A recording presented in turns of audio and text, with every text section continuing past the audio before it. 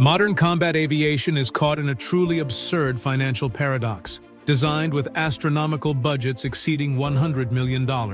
For every unit manufactured, the most advanced and stealthy fighter bomber in history is not being outmatched in the skies by enemy aircraft with superior technology. Its greatest current threat is a legion of rudimentary drones made of plastic, fiberglass, and inexpensive engines that are managing to destroy the economic equation of traditional air warfare without firing a single missile.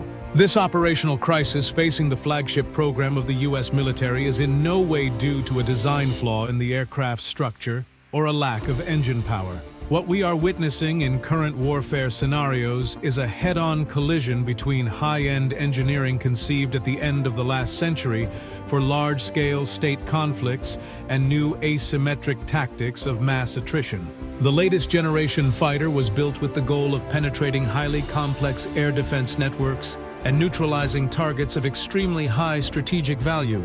But when assigned to intercept small, unmanned aerial vehicles, the military mathematics inevitably collapses. If you're passionate about understanding the unfiltered reality of modern combat, the secrets of military engineering, and the new tactics that are changing the geopolitical map, subscribe to the channel and activate the bell so you don't miss any installments. The first major pillar of this dilemma is the deeply asymmetrical cost curve faced by the fighter bomber on every air defense mission. When an adversary launches an attack using a swarm of unidirectional suicide drones, the production cost of each of these unmanned units ranges from $2,000 to $30,000. These are simple devices powered by basic combustion engines or electric propellers, assembled with readily available commercial components and programmed to follow predetermined coordinates without requiring pilots. To neutralize even one of these economic targets, the stealth fighter doctrine requires the use of highly precise weaponry designed to intercept enemy supersonic jets.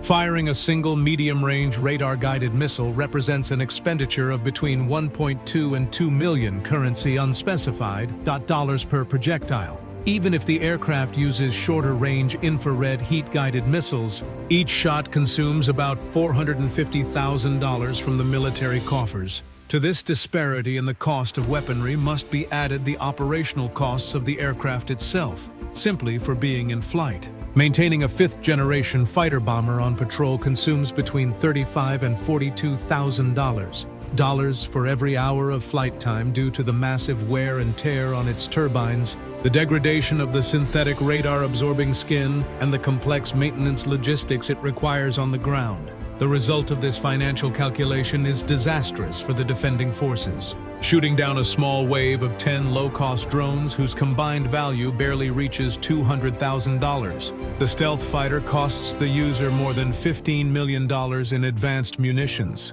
fuel, and airframe wear. The adversary manages to win the strategic and economic battle even while losing all of its aircraft in the air, demonstrating that excessive sophistication can become the worst financial weakness during a prolonged conflict.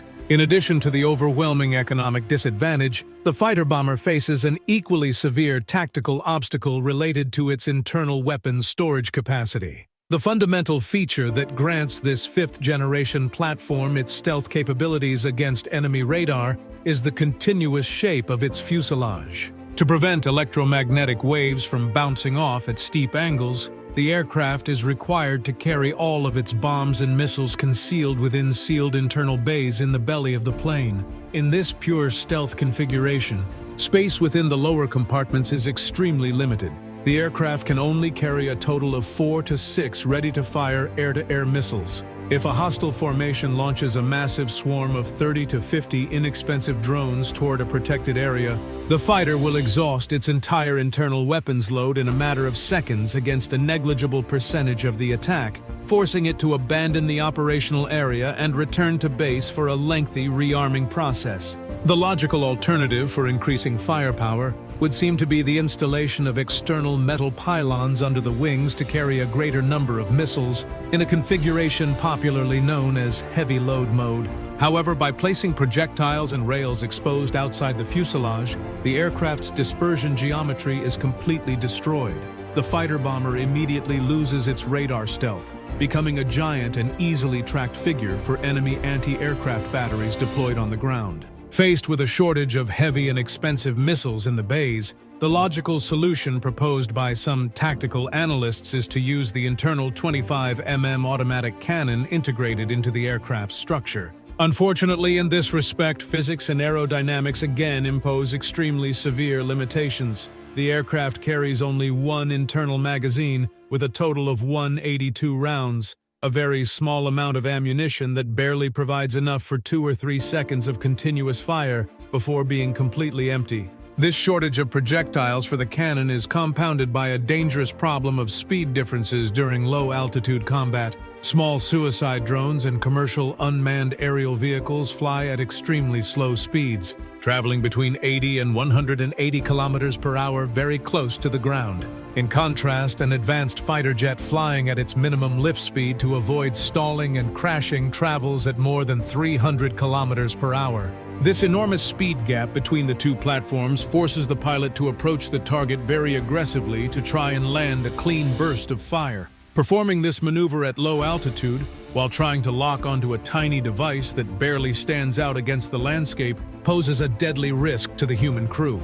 A single miscalculation of distance or a sudden turn by the target drone could cause the 100 million pound aircraft to crash end up crashing into the ground, or suffering catastrophic damage by swallowing the debris of the explosion in its own turbines. In addition to the limitations of weaponry and the risks associated with speed, there is an insurmountable technical challenge in the area of onboard sensors. The Active Electronically Scanned Array, AESA, radar antenna that equips the fighter bomber was designed to identify and track supersonic fighters, heavy bombers and cruise missiles flying at high altitudes and hundreds of miles away. To prevent the pilot's display from being filled with useless information, the radar's software is programmed to filter out interference caused by terrain features, sea swells, thick clouds, and flocks of birds. Today's small drones are built primarily from molded plastic parts, fiberglass, 3D-printed carbon fiber,